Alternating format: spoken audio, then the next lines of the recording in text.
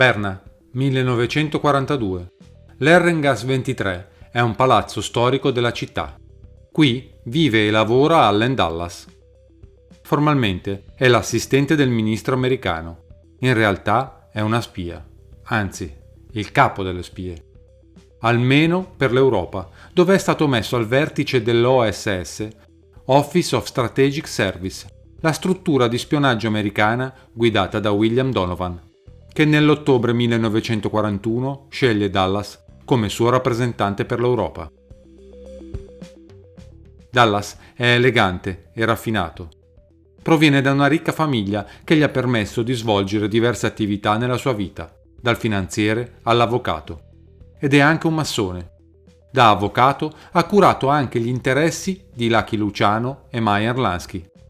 Quando gli Stati Uniti decidono lo sbarco in Italia, Dulles convoca il suo uomo, il responsabile per l'Italia dell'OSS, Max Corvo.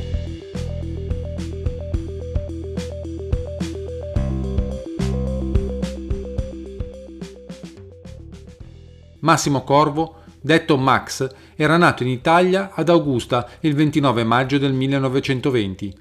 A soli 9 anni era però volato negli Stati Uniti perché la sua famiglia era stata perseguitata durante il fascismo. È l'uomo adatto per guidare la nuova impresa che Dulles gli deve affidare: creare le condizioni per uno sbarco indolore degli alleati in Sicilia. Corvo stringe quindi fitti rapporti con massoni, socialisti italiani esuli, rappresentanti del Vaticano e membri della criminalità organizzata. Organizza i propri uomini formando un'unità militare che fra le forze armate americane è nota come The Mafia Circle, il circolo della mafia.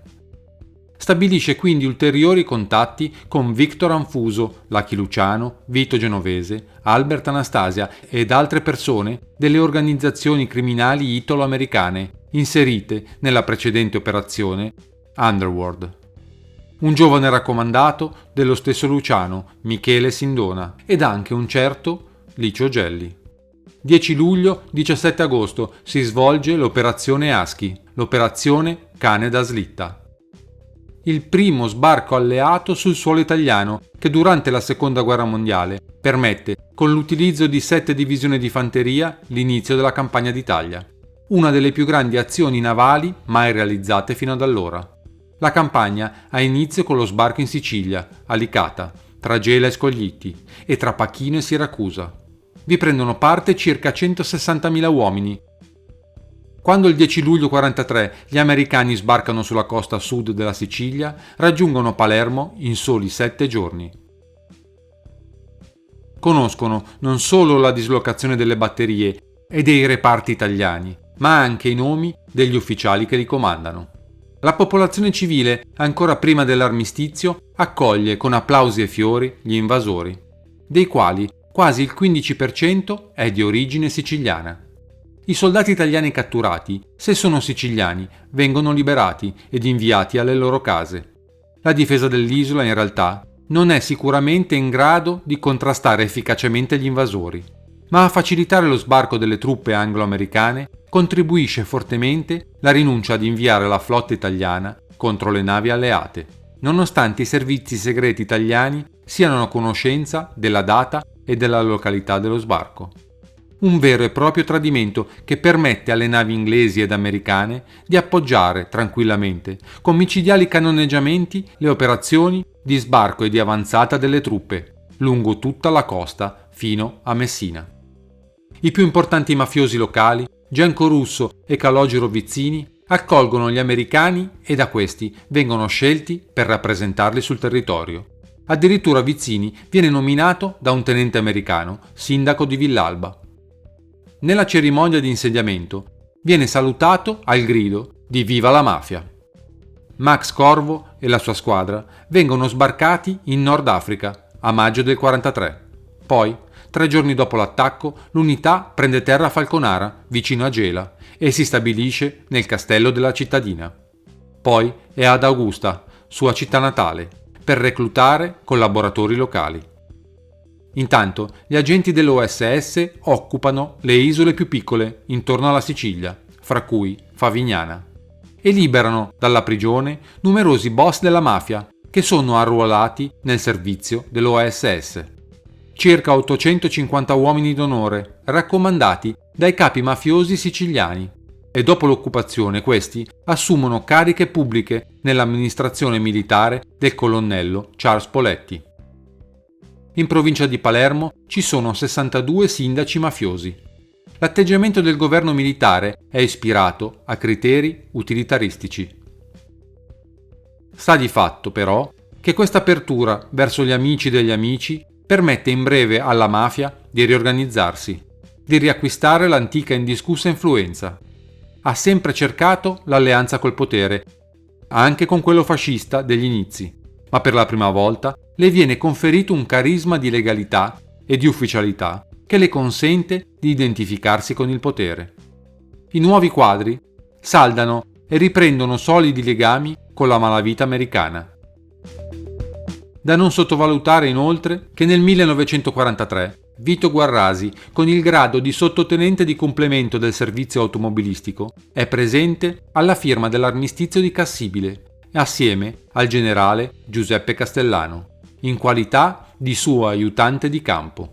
In un rapporto del 27 novembre 1944, indirizzato al segretario di Stato statunitense, il console generale americano a Palermo, Alfred Nester, afferma che Vito Guarrasi, assieme ad altre personalità dell'isola, è presente a una riunione con alti ufficiali americani, in cui si discute se la Sicilia deve separarsi dall'Italia e dichiarare l'indipendenza. Il rapporto del console è significativamente intitolato «Formazione di un gruppo che favorisca l'autonomia della Sicilia sotto la direzione della mafia». In questo periodo la mafia cerca di riorganizzare anche la sua presenza politica in Sicilia, contribuendo alla nascita del movimento indipendentista siciliano, MIS, formazione politica che si prefigge l'indipendenza della Sicilia dal resto dell'Italia e in alcuni momenti persino la stramba idea di far aderire la Sicilia agli Stati Uniti. Il MIS non è composto solo da mafiosi, ma ha diverse anime e diverse adesioni. Certo però, la componente mafiosa o vicina alla mafia è molto importante. D'altro canto, i mafiosi possono vantare paradossalmente di essere stati perseguitati dal fascismo, facendosene un merito, come se il problema fosse stato politico e non criminale. Sappiamo bene invece quel che accadde dopo. La mafia, a lungo inattiva, viene rimessa in funzione. L'amministrazione provvisoria degli americani, AMGOT, per funzionare ha bisogno di appoggi locali. Quando i soldati se ne vanno, i funzionari civili si trovano di fronte ad un enorme vuoto che viene subito riempito dagli uomini della mafia. Buona parte degli antifascisti nominati sindaci e prefetti sono in realtà uomini di Cosa Nostra.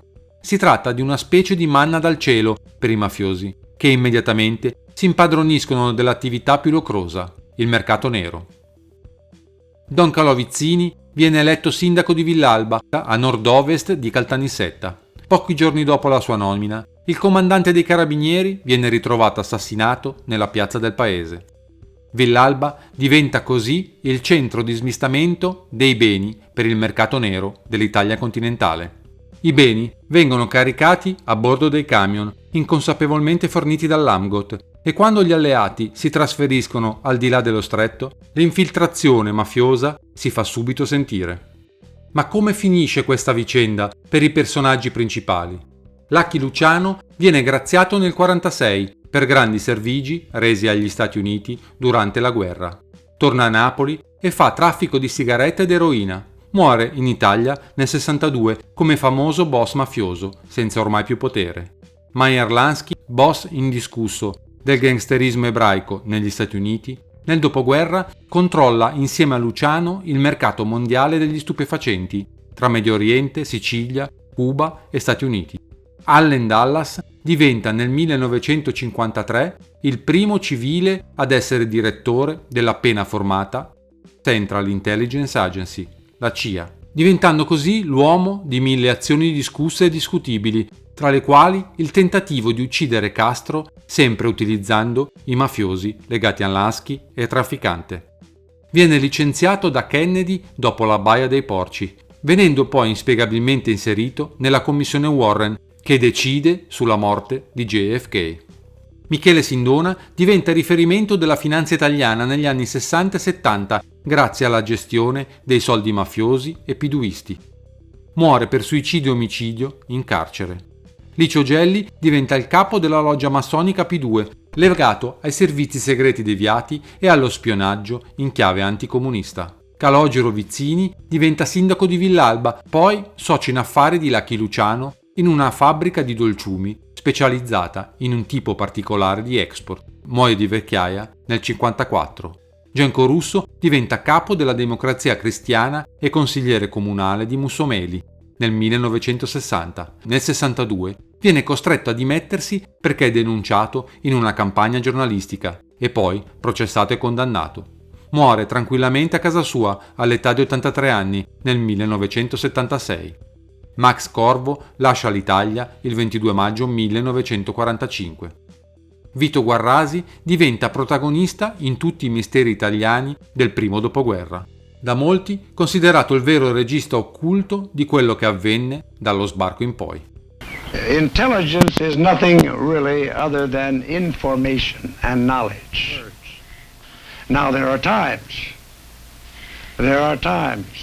when the United States government feels that the developments in another government, such as in the Vietnam situation, is of a nature to imperil the safety and the security and the peace of the world, and ask the Central Intelligence Agency to be its agent in that particular situation. We are obviously engaged in many facets of what is generally called the Cold War, which the communist policy is forced upon us. No use denying that, that's a fact of life. But may I say this, and I do it with all solemnity, at no time has the CIA engaged in any political activity or any intelligence activity that was not approved at the highest level.